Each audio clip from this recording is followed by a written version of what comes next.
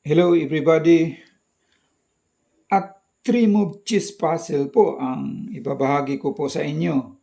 Ang block nito, nandito yung kanyang king. Mayroon siyang 5 pawn. 1, 2, 3, 4, 5. Isang knight. And then, nandito yung kanyang queen ng block at mayroon siyang isang rook. Samantalang ang white, nandito yung kanyang king. Mayroon lang siyang 3 pawn. 1, 2, 3. Isang knight. At nandito yung kanyang queen ng white. White first to move. Ang direksyon ng white, pa-forward po. Ganyan. Direksyon naman ng black, papunta rito. Kapag ganyan na sitwasyon ay delikado dyan itong white kasi mag-check na rin siya dito sa kanyang queen. Nakakalamang lang ang white niyan dahil siya ang tutulak ngayon. Ating alamin yan po kung saan yung mga move para mamati ng 3 moves. Ito po ay para lang sa mga beginners. Halimbawa po, obvious naman na mag-check niyan itong queen. Check. Dito siya mag-check.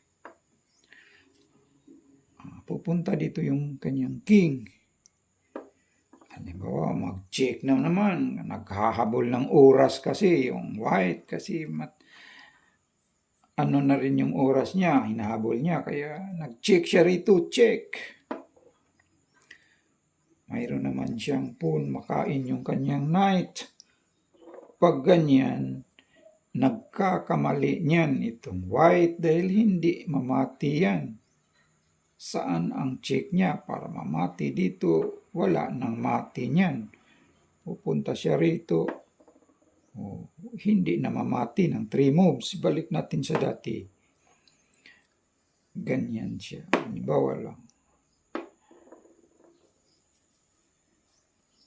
Itong first move ay tama niyan, pero mali siya sa second move. Ang tamang move, nakuha niya yung first move, itong white. Ito yung first move, that is the right move. Pupunta doon yung king. Dito pala mag-check itong knight. Knight A5 pala, that is the second move. Check pa rin, hindi naman pwedeng kainin ng kanyang pawn dahil may queen.